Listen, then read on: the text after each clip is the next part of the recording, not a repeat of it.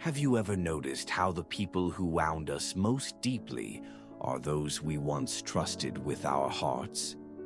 The parent whose approval we craved, the partner we believed would never leave, the friend we thought would always understand.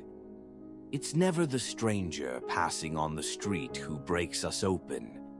It's the ones who held the sacred map to our inner landscape. Tonight, as we sit in this shared darkness, I want to explore a truth that may feel both uncomfortable and liberating. The people who hurt us most profoundly often hold the keys to our unconscious mind, to the hidden rooms within ourselves we've yet to fully enter. Consider for a moment your deepest wound, the betrayal that still aches when you touch it, the abandonment that left you breathless, the rejection that made you question your worth. Now ask yourself, why does this particular hurt linger when others fade?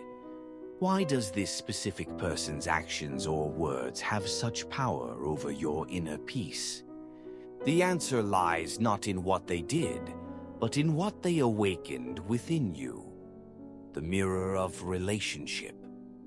When we enter into relationship, whether with a parent, a lover, or a friend, we don't simply connect with another person.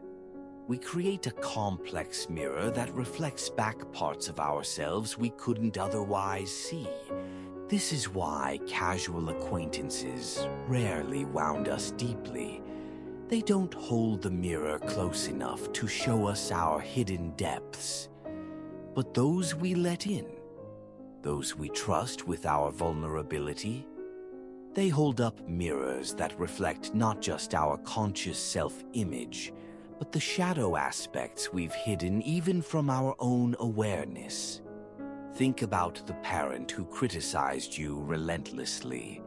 Their words hurt not simply because they were harsh, but because they activated your own deep fear of inadequacy, a fear that perhaps existed before the words were ever spoken.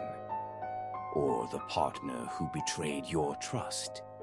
Their actions devastated you not just because of the betrayal itself, but because they confirmed a quiet suspicion you'd always carried, that perhaps you weren't quite worthy of faithful love. This doesn't excuse their behavior.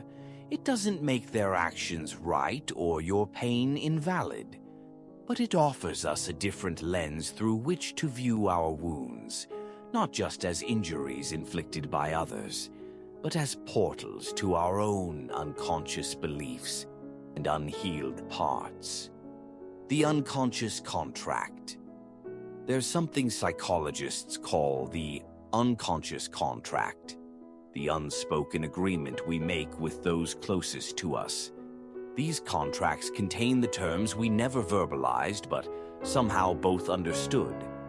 I will be perfect if you will love me unconditionally.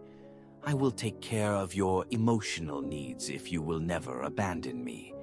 I will never express anger if you will never reject me. We form these contracts early, often in childhood, carrying them forward into our adult relationships without ever examining their terms. And here lies a profound truth. When someone breaks this unconscious contract, the pain we feel isn't just about their action. It's about the collapse of an entire internal structure we built to protect ourselves from our deepest fears. Think about it.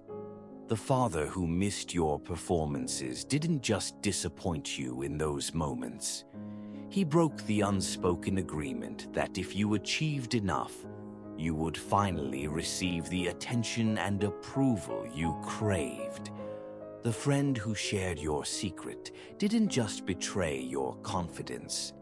They shattered the unconscious belief that if you carefully managed how others perceived you, you would be safe from judgment. Each relationship wound points to something deeper, to the unconscious beliefs and adaptations we developed to navigate a world that sometimes felt too painful, too overwhelming, or too unpredictable. The invitation in the wound. What if we began to see our deepest hurts not just as injuries to recover from, but as invitations to discover what lies beneath them? This is not about excusing those who hurt us. It's not about diminishing our legitimate pain. It's about recognizing that embedded within our suffering is a profound opportunity for self-knowledge. When someone's actions trigger disproportionate pain, pay attention. That intensity is a signal, a flare shot up from your unconscious mind saying, "Look here. This matters. There's something deeper to understand." The parent whose criticism devastates you is unknowingly pointing toward your belief that love must be earned through perfection. The partner whose departure feels like annihilation is illuminating your unconscious conviction that you cannot survive alone. The friend whose judgment terrifies you is highlighting your hidden fear that your authentic self is somehow unacceptable. These wounds are doorways. Each one leads to a room in your unconscious that has been locked for years, perhaps decades. Rooms containing beliefs formed when you were too young to question them. Adaptations developed when you had fewer resources than you have now. The pattern beneath the pain. Now let's go deeper. Have you noticed how certain wounds seem to repeat in your life? Different people, different circumstances, but the same essential pain. The abandonment that echoes across relationships. The betrayal that seems to find you in different forms. The rejection that feels eerily familiar each time it appears. This repetition isn't random. It's your unconscious mind attempting to heal something that remains unresolved, replaying the scene, hoping for a different outcome, hoping that this time you'll see what you couldn't see before.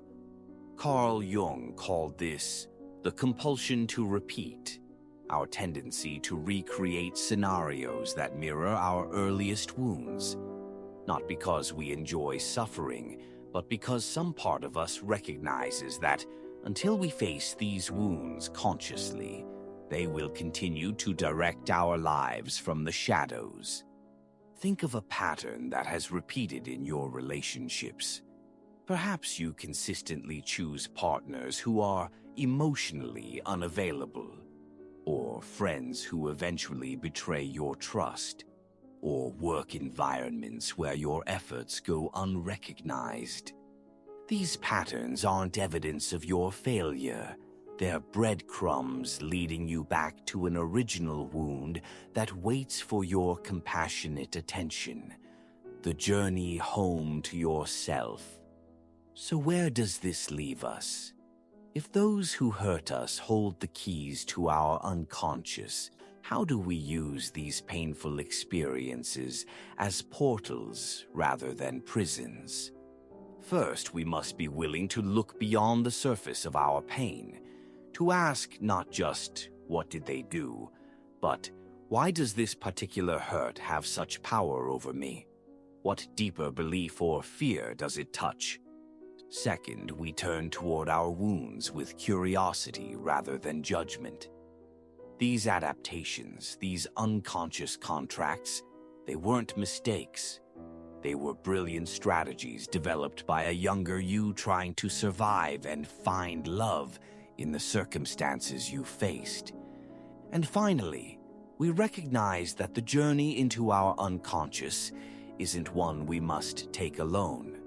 Sometimes we need guides, therapists, wise friends, supportive communities who can help us navigate these hidden territories with compassion and clarity.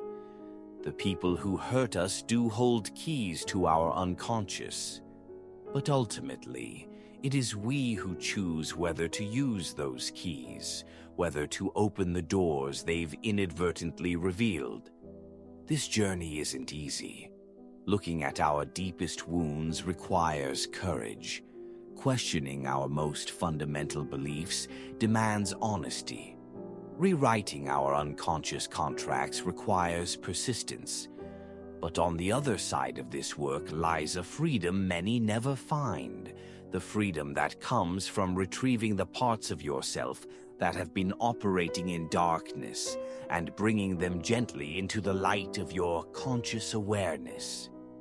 Remember, those who hurt you revealed something important, but they don't get to determine what happens next. That power belongs to you alone. Final thought. Tonight, I invite you to consider one relationship wound that still feels alive within you. Not to relive the pain, but to ask with gentle curiosity, what might this hurt be trying to show me about myself? What unconscious belief might be waiting for me to discover it? The answer may not come immediately. These realizations often emerge slowly, like stars appearing in the evening sky. But asking the question is the beginning of a journey home to yourself. If this exploration resonated with you, I invite you to share your reflections in the comments below. Your insight might illuminate the path for someone else who's walking through similar darkness. And if you'd like to continue these journeys into the depths of what makes us human, subscribe to A Voice in the Darkness. Each week we venture together into the questions that lie at the heart of our shared experience, finding light in the places we've been afraid to look.